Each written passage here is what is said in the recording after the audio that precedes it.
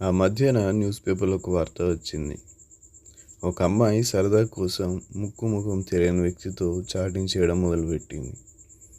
ఆ వ్యక్తికి వివాహం జరగబోతుందని ఆ అమ్మాయిని వివాహానికి రమ్మని ఆహ్వానించాడు. ఆ అమ్మాయి తన తల్లిదండ్రులకు చెప్పకుండా వేరే సిటీలో ఉన్న తన చాటింగ్ ఫ్రెండ్ యొక్క వివాహానికి వెళ్ళింది. వివాహమైన తర్వాత తిరిగి తన ఊరికే వెళ్ళడానికి సిద్ధపడింది. రైలు మధ్యరాత్రి 1 గంటకు వస్తుందని ఆ చాటింగ్ ఫ్రెండ్ తన స్నేహితులను నలుగురిని పిలిచి తన స్నేహితురాలిని రైల్వే స్టేషన్లో డ్రాప్ చేయమని చెప్పి పంపించాడు.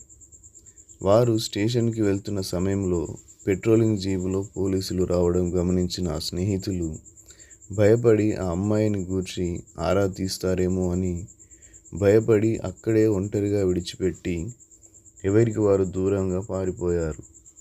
వారు పారిపోవడంతో ఆ అమ్మాయికి ఏమి చేయాలో తెలియక దగ్గరలో ఒక టీ స్టాల్ చాటున పోలీసులకు కనబడకుండా దాక్కున్నది.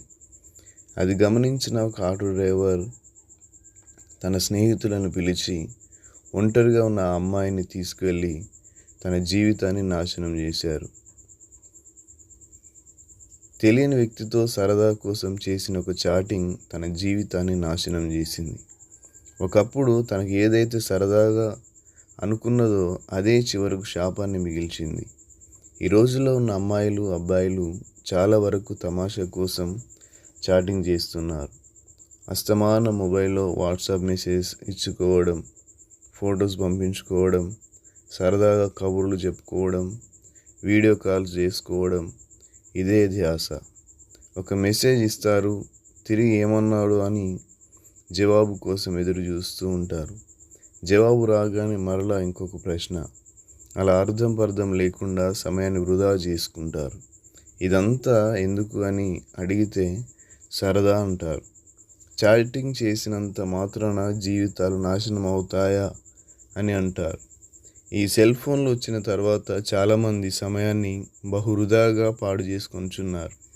ముసలమ్మ ముచ్చట్లకు, అనవసరమైన కబుర్లకు, పనికి మాలిన వాటిని పట్టానికి ఎక్కువగా వాడుచున్నారు. భార్యాభర్త లేకపోయినా బ్రతకగలుగుతున్నారు, కానీ సెల్ ఫోన్ లేకపోతే మాత్రం బ్రతకలేనంత అవసరమైపోయింది. దినములు చెడ్డవని, సమయాన్ని పాడు చేసుకోవద్దని బైబిల్ హెచ్చరిక చేస్తుంది. అలాగే మనుష్యుడు మాట్లాడు ప్రతి వ్యర్థమైన మాటలను బట్టి తీర్పు దినాన శిక్ష తప్పదు. వ్యర్థమైన మాటల వల్ల, పరిచయాల వల్ల కాపురాలు కూలిపోతాయి. ఇంటిలో సమాధానం కోల్పోతారు. ప్రియ దేవుని బిడ్డలారా, మనం ఈరోజు ఏదైతే సరదా అనుకుంటున్నామో అదే రేపటి రోజున మనకు, మన కుటుంబానికి శాపాన్ని తీసుకురావచ్చు. కావున వ్యర్థమైన చాటింగ్కి, తెలియని వారితో స్నేహాలకు ఎంత దూరంగా ఉంటే అంత మంచిది. ఒకవేళ నీవు ఇప్పటికే ఆ పాపపు చాటింగ్కి, సోషల్ నెట్వర్కింగ్కి బానిస అయినట్లయితే అవి నీ జీవితాన్ని నాశనం చేయకముందే ప్రభు యొక్క సహాయాన్ని వేడుకొని వాటి నుంచి విడుదల పొందుకోవాలని నా యొక్క మనవి. దుర్దినములు రాకముందే ఇప్పుడు వీటి యందు నాకు సంతోషము లేదని నీవు చెప్పు సంవత్సరములు రాకముందే, తేజస్సునకు, సూర్యచంద్ర నక్షత్రములకు చీకటి కమ్మకముందే, వాన వెలిసిన తర్వాత మేఘములు మరల రాకముందే, నీ బాల్య దినముల యందే నీ సృష్టికర్తను స్మరణకు తెచ్చుకొని ఆయన యందు భయభక్తులు కలిగి జీవించు.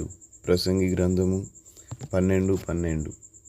దేవుని యొక్క వాక్యాన్ని ధ్యానిస్తూ దాన్ని గ్రహిస్తాం. వ్యర్థమైన మాటలు మత్తయి సువార్త 12:36. వ్యర్థమైన పనులు ఎఫెసీ 5:11. వ్యర్థమైన ఉచ్చారణ నిర్గమకాండము 27. వ్యర్థమైన విత్తనములు లేవీకాండము 26:16. వ్యర్థమైన మనుషులు మొదటి రాజులు 21:10. వ్యర్థమైన సంభాషణలు యోబు 15:2. వ్యర్థమైన ప్రేమలు కీర్తన 4:2. వ్యర్థమైన తలంపులు కీర్తన 2:1. వ్యర్థమైన సాంగత్యము కీర్తన 26:4.